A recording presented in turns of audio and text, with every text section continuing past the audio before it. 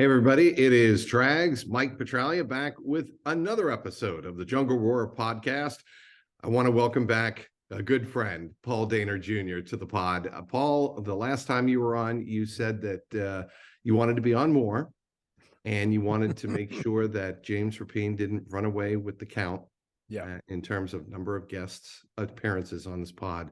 And I'm trying to give you the opportunity here to do that. And I am giving you the opportunity to do that. Welcome back. Yeah, I appreciate it. I've tried to remind you of my desire to be back every day since then.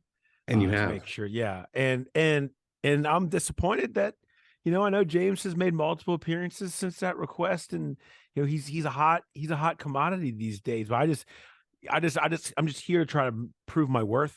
I want to try to try to make it so you feel like you can't keep me off of the podcast. Anybody who reads Paul Dehner Jr. on The Athletic knows you've already proven your worth, Paul. By I the need to way, prove it to you. You don't have to say that. You are one of the best guys there is, friend and otherwise. I might add. All right, let's get to the business of football. The Bengals were banged up a little bit on Sunday. We'll start with Trey Hendrickson and what Zach Taylor said on Monday about his status, the broken wrist, the wrist injury. What did you take from his comments in terms of his ability either to play this Sunday with a club on that wrist or take some games off and let it heal more completely? You know what? Someone tweeted to me something that fit perfectly. It said, Zach Taylor talking about injuries is sort of like I do as a dad. It's like, oh, just you know what? Just we'll see where it's like in a couple of days. Work, just power through it. And it's always this sort of optimistic. We'll see how it turns out kind of view.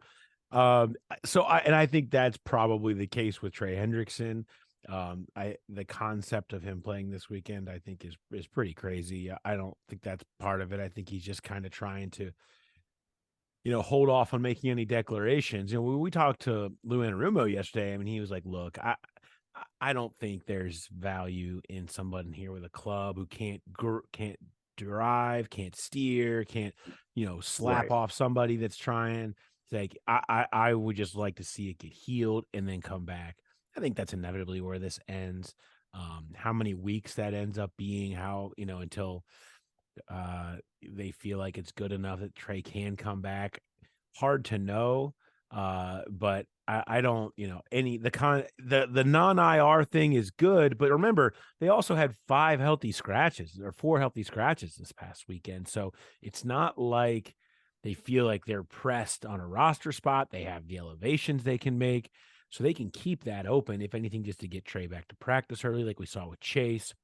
I don't think the no IR thing, which seemed notable, was as big of a deal because I think they would be comfortable just keeping him on the roster with their current status now anyway.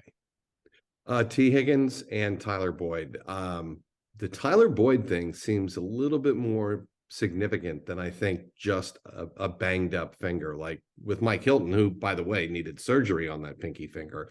But with Tyler Boyd, I think, the fact that they want to make sure he doesn't have an infection in that dislocation, it must have been. I just wonder if it was an open wound. It seems like that's the case. I mean, we start talking Right. about making sure there's no infections, that you got bones coming through or something like that. So, yeah, I mean, that does appear to be more serious. Yeah, you mentioned the Hilton thing. To me, it feels the same, except for the major factor that Mike Hilton didn't have to catch footballs. And, when catching is your game and pain tolerance is the task, that's a tough combo to see how quickly you can get back. I mean, for me, it's, that seems like a couple of weeks and you're back at it. And whether he can play against New England or not is probably the one that's really up in the air. I know that he went day to day on him. But that seems highly unlikely that you have something that significant to your finger and you're catching the football and you're going to be back out there again on Sunday, especially if T is back, right? I mean, Right. they've handled this before and they just beat the Browns with both those guys out. But I think you can see if T's back, especially you have Trent Taylor inside, you can continue to use Irwin. It's not going to totally put you out. They've handled this before. You just got to make sure that these guys are ready for what's inevitably going to be, a playoff run. What were your biggest takeaways from Sunday?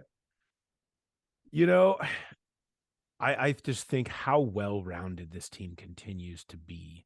Um, there, I mean, this is Nick Chubb and this Cleveland run game that's given them so many fits, and we walk away talking about DJ Reader, and we walk away talking about BJ Hill Right. and Logan Wilson with 17 tackles, and that, I mean, it's just there's just not a lot of teams at this point in the year that can beat you both ways so consistently.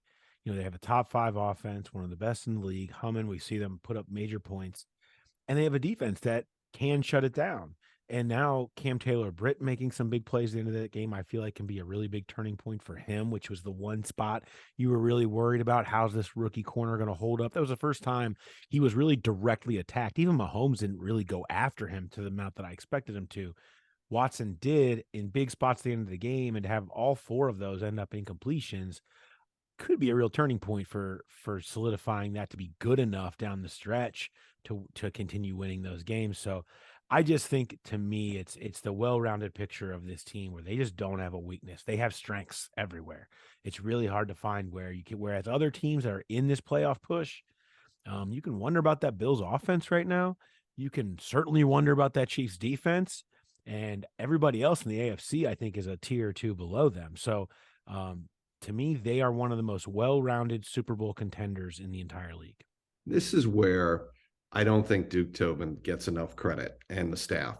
The roster that they built starting in 2021, in the offseason, heading into the 2021 season, and going and continuing into this offseason before this year.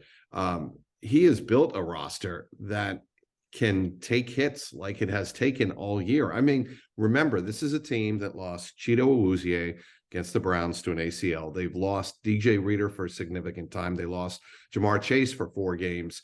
They have had major injuries to star players, and now they're going to be without Trey Hendrickson, for at least, I'd say, a couple of weeks, 3 weeks.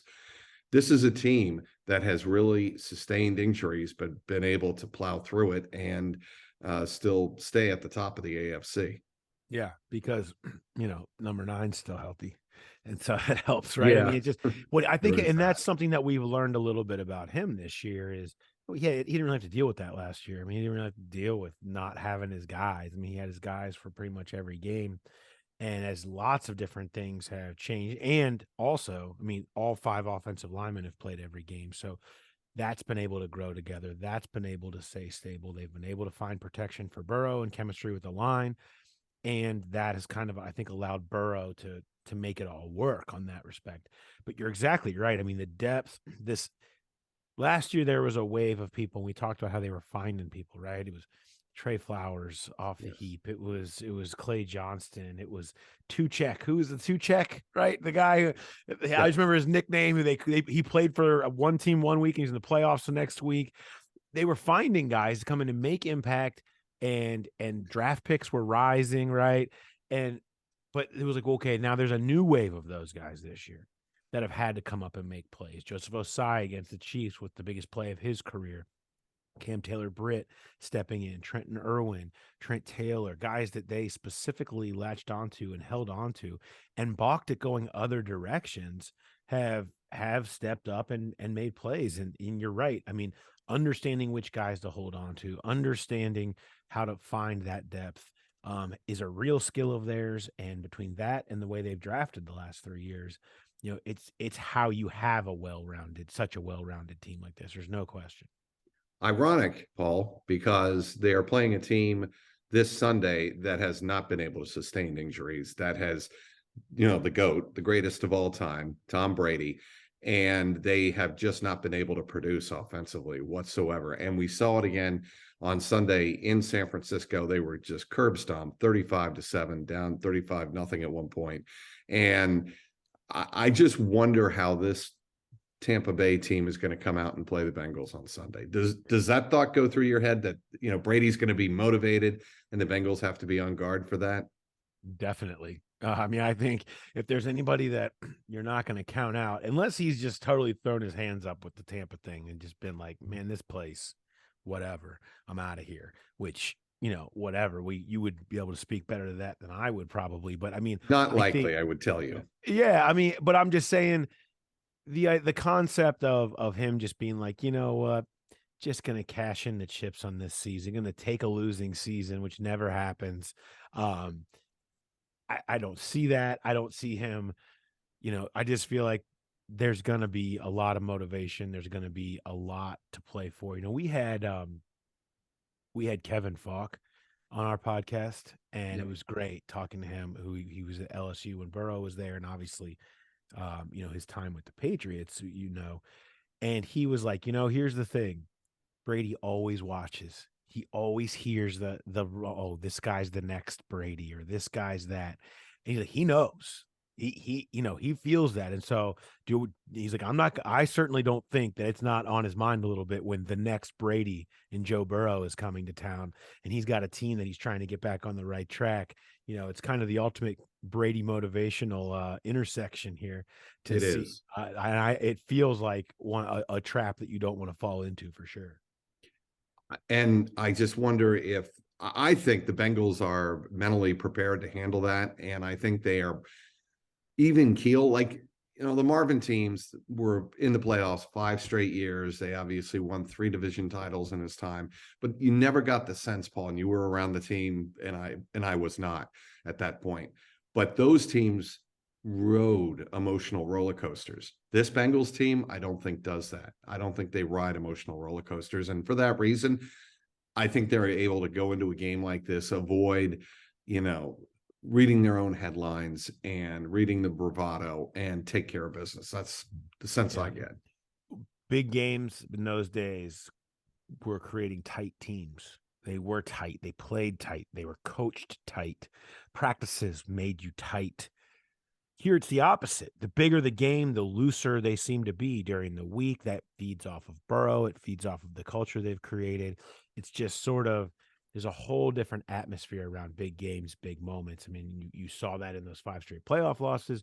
You saw that in all the primetime failures that used to have. And now you've seen that in the way that they have played with the bigger the stakes have gotten here with Burrow and Taylor, is that just that they seem to thrive in those moments. They seem to play their best in those moments and are able to survive that type of stuff. And now they're just on such a roll that it's really hard to see, something coming out of nowhere on them. I mean, they can go out there and not play their best like they did on Sunday and still win handily against teams that they're better than right now. And the Bucks are that. They are Brady or no Brady. The Bengals are significantly better than Tampa Bay Buccaneers. And it's a game that even if they don't play their best, they should be able to go out there and win. Doesn't mean that they will, but I mean, I think they're very much built right now to handle all of that. Well, we're going to let you go early, Paul, because Thank you. we're both under the weather a little bit. We're working, but here we are grinding Yes, for the people. we are here for the people because And I needed to chalk up my appearance. and you have done that officially, and you will be on. I will promise you, you will be on, if not before the playoffs, during the playoffs, if the All Bengals right. get there. I look forward to it. No more Rapine. Down with Rapine. Up with me. Up with Paul Dehner Jr. That's where you can find him on Twitter. Paul Dehner Jr. All one word. Paul, you're the best. Thanks for joining me, and appreciate your time, your insight as always. And we have a big game this week, and of course, my homecoming to New England the week after that, which will be it'll be fun for me. I'm not going to lie; it's going to be a lot of fun. Well, he is Paul Dehner Jr. I'm Mike Petralia Trags. Thanks for downloading this episode of the JungleRoar podcast. Be sure to follow me on Twitter at Trags, Trags, and click and subscribe on the JungleRoar link on the YouTube page. Thanks for watching.